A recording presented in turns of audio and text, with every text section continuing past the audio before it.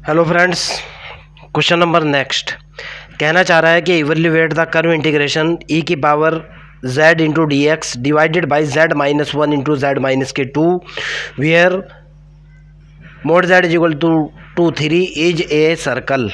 Okay, सबसे पहले मैं ये देखता हूँ मेरे को गिवन क्या है। मेरे को गिवन दैट क्या गिवन है भाई, mod z is equal to three is a circle. एक ऐसा सर्कल जिसका सेंटर 0 और रेडियस 3 है। ये मेरा वो सर्कल हुआ जिसका रेडियस जिसका सेंटर 0 और रेडियस कितना है, 3 है, 0 और वाई एक्सिस। तो जाहिर सी बात है ये वाला पॉइंट जो होगा ये 3,0 होगा एक्स एक्सिस के ऊपर। अब मैं देखता हूँ इसके सिंगुलर पॉइंट जो कि अगले वाले टॉपिक के अंदर आने वाला है। Now putting z minus one into z minus के टू इज इक्वल टू 0। यहाँ से वैल्यू निकल करके आई z minus one is equal to 0 और z माइनस के two is equal to 0। z की वैल्यू निकल करके आई 1 और z की वैल्यू निकल करके आई 2। ओके, अब देखो 1 भी इस सर्कल के अंदर है, सपोज दैट ये है, 2 भी इसी सर्कल के अंदर है, सपोज दैट ये है। सो आप क्या कहोगे भाई, आप so that Cauchy formula is valid. Cauchy formula क्या होगा, एप्लीकेबल है, फॉर्मूला इज अप्लाई। शॉर्ट में लिख दिया मैंने यार, इंग्लिश की तरफ मत जाना कि सर आपने इंग्लिश भी उल्टी सीधी बोल दी है। यानी इसके ऊपर कॉची फार्मूले को अप्लाई किया जा सकता है। ओके, नाउ हमारे पास जो कॉची फार्मूला होता है वो होता है कॉची फार्मूला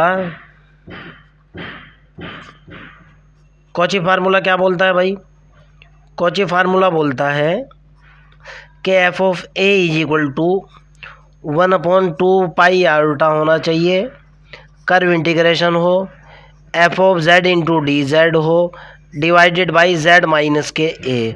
और ए पॉइंट जो है उस कर्व की बाउंड्री के ऊपर या उसके अंदर होना चाहिए। यहाँ ए की दो वैल्यू है, 1 और 0 है, जो 1 और 2 है, जो दोनों की दोनों इस सर्कल के अंदर हैं। ओके, अब इसको देखो मैं कैसे लिख सकता हूँ। नाउ मेरा जो कर्व इंटीग्रेशन है, ये मेरा जो कर्व इंटीग्रेशन है ई की power z into d z divided by z minus के 1 और z माइनस के 2 इंटू डी जेड। इसको मैं लिख सकता हूँ बेटा, क्या लिख सकता हूँ इसको लिखा जा सकता है इंटीग्रेशन ई की power z into d Z तो है ही, मैंने z माइनस के 1 से z माइनस के 2 घटा दिया और इसके डिवाइडेशन में z माइनस के 1 कर दिया और z माइनस के 2 कर दिया। देखो कोई फ़र्क नहीं पड़ने वाला क्वेश्चन के ऊपर। भाई बीच में लगाया मैंने माइनस का निशान, ये माइनस का निशान है, यहाँ पे बीच में काय का निशान है, माइनस, ऊपर लगा दूंगा मैं। z के अंदर से z कैंसिल हो जाएगा, माइनस का 1 है, प्लस का 2 है, यानी प्लस का 1 ही बचेगा, ऊपर गुणा करोगे कोई फ़र्क नहीं पड़ने वाला। ओके, इसको एक बार और लिख दूंगा मैं वरना आपको डाउट हो जाएगा। ई की power z into d z divided by z minus 1 into z minus 2। इसको मैं लिख सकता हूँ कर्व इंटीग्रेशन ई की power z divided by z minus के 1 z माइनस के 2 तो ये है, और ऊपर क्या किया मैंने, z माइनस 1 के अंदर से माइनस कर दिया z माइनस का 2। ओके भाई, z से z कैंसिल, 1 माइनस का 1 प्लस का 2 यानी ऊपर 1 बचेगा, और इंटू डी जेड। ओके, इसको रहने तो यहाँ आपको डाउट लग सकता है, इसको मैंने ये लिख दिया। ओके, देखो अब आप इस वाली क्वांटिटी को ऐसे लिख दिया, समझ आ चुकी होगी। z से z कैंसिल, माइनस का 1 प्लस का 2 प्लस का 1 बचा, ऊपर वाला सेम रिजल्ट ये इसके बराबर ही है। आगे चलते हैं भाई, अगर यहाँ तक समझ आ चुका। अब मैं क्या करूँगा भाई, इसको अलग अलग के डिवाइडेशन में डाल लूँगा और अगला रिजल्ट कैलकुलेट करने की कोशिश करूँगा।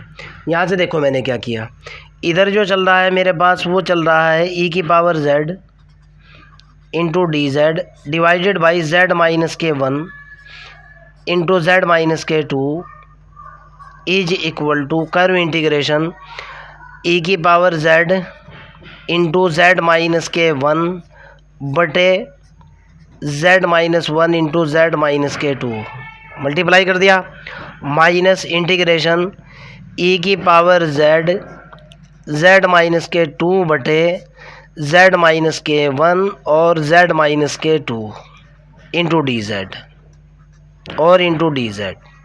क्लियर है ना? जेड माइनस 1 से Z minus 1 cancel, Z minus 2 से जेड माइनस 2 कैंसिल। ओके, अब मैं इसको हटा लेता हूँ, आगे की तरफ बढ़ जाता हूँ। यहाँ से मेरे पास निकल करके आ इधर कर्व इंटीग्रेशन ई की power z into d z divided by z minus के 1 जेड माइनस के 2 इज इक्वल टू, ये हुआ मेरे पास ई की power z into d z divided by z minus के 2 माइनस इंटीग्रेशन ऑफ ई की पावर जेड बटे जेड माइनस के 1 इंटू डी जेड। अब मैं इसको अलग से कैलकुलेट करूँगा, इसको अलग से कैलकुलेट करूँगा। ओके, और सपोज दैट ये इक्वेशन नंबर 1 है। नाउ पहले वाला कैलकुलेट कर रहा हूँ। नाउ इंटीग्रेशन ऑफ ई की power z into d z divided by z minus के 2। ओके, इसकी कंपेयर किया मैंने। हमारे पास फार्मूला होता है Cauchy integral formula, f of a is equal to जो होता है वो होता है 1/2 pi iota curve integration f z into d z divided by z minus के ए। इसकी कंपेयर डायरेक्ट इससे की। ओके, बाई कंपेयरिंग, जब मैं बाई कंपेयरिंग करूँगा, कंपेयर करूँगा, एफ ऑफ जेड की जो वैल्यू निकल करके आएगी, f of z is equal to है मेरे पास ई की पावर जेड, आपके सामने है, दोनों को बराबर रखा। जेड माइनस 2 की कंपेयर किया मैंने, जेड माइनस 2 को कंपेयर किया जेड माइनस ए से, ए की वैल्यू निकल करके आई मेरे पास 2। ये दोनों के दोनों रिजल्ट मैं कॉची इंटीग्रल फार्मूले के अंदर रख दूंगा। ओके, अर्थात f of a is equal to 1/2 pi iota into f z into d z divided by z minus a में पुटिंग, इस फार्मूले के अंदर मैं पुट कर रहा हूँ, putting f of z is equal to e की पावर जेड पुट किया and a is equal to 2 put कर दिया पुट करने के बाद यहाँ निकल कर के आया एफ ऑफ ए, तो ये हुआ। ओके, एफ ऑफ ए की वैल्यू डाली मैंने, ये तो हुआ एफ ऑफ 2 आपके सामने है। इस फार्मूले के अंदर मैंने वैल्यू डाली f of z is equal to e की power z a is equal to 2, ये तो हुआ एफ ऑफ 2। इसकी क्रॉस गुणा कर दी इंटू 2 पाई आर उठा is equal to curve integration f of z की वैल्यू डाली ई की power z into d z और जेड माइनस के 2, अर्थात इसका रिजल्ट निकल चुका। देखो आप, इसका रिजल्ट ये आ चुका, देखो आपके सामने इसका रिजल्ट मैंने यहाँ कैलकुलेट कर लिया। क्लियर? यहाँ से मैंने लिखा, आगे देखो बेटा, जब एफ ऑफ जेड की वैल्यू ई की पावर जेड है, यहाँ जेड बराबर 2 पुट करूँगा। अब मेरे को चाहिए f of 2, z is equal to 2 put करा, यहाँ ये निकला f of 2 is equal to e की पावर 2। ओके, अब ये वाली वैल्यू यहाँ पुट कर दूँगा।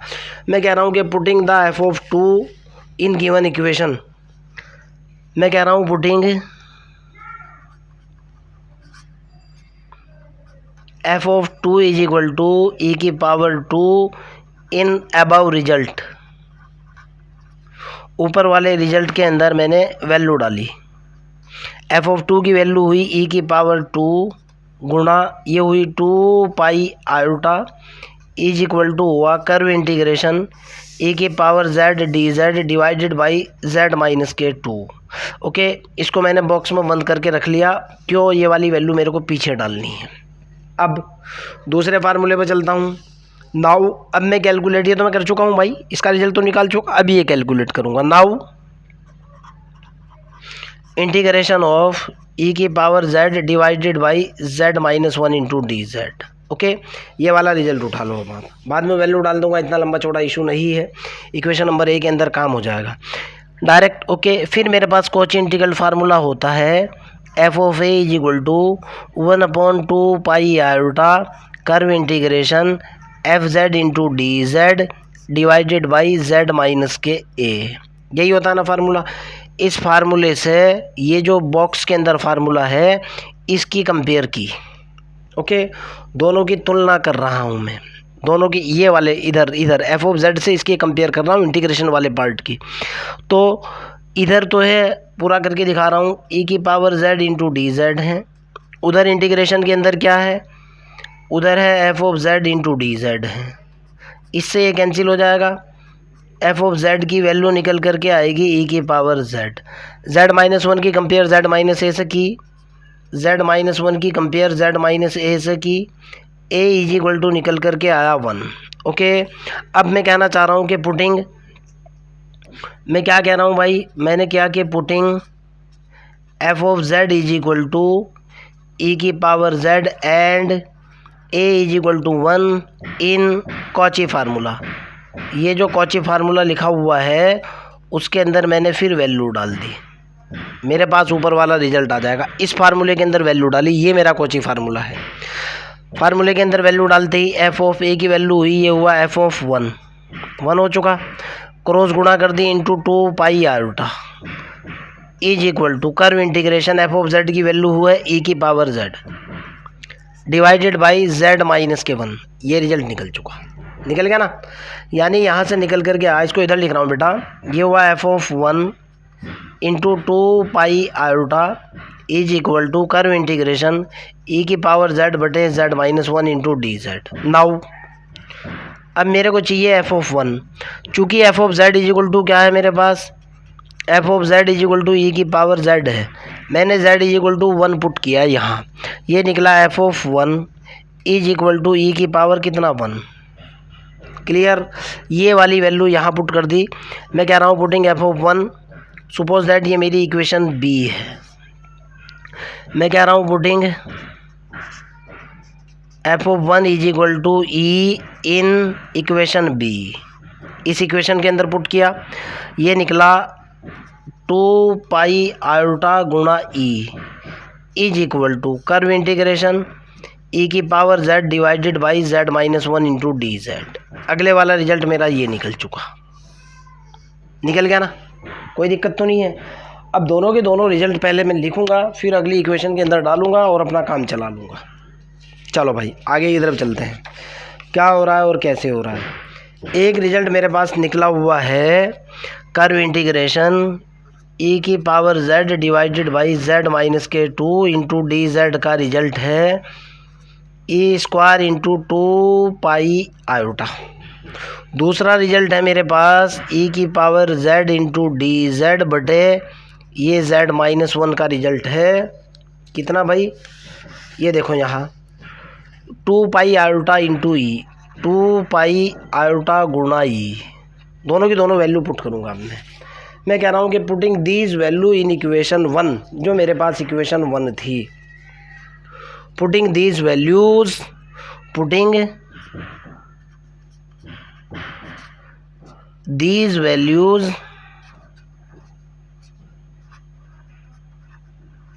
ऑफ इंटीग्रेशन, इंटीग्रेशन के ये मान कहाँ रखने पर, इंटीग्रेशन के यह मान फर्स्ट इक्वेशन में रखने पर।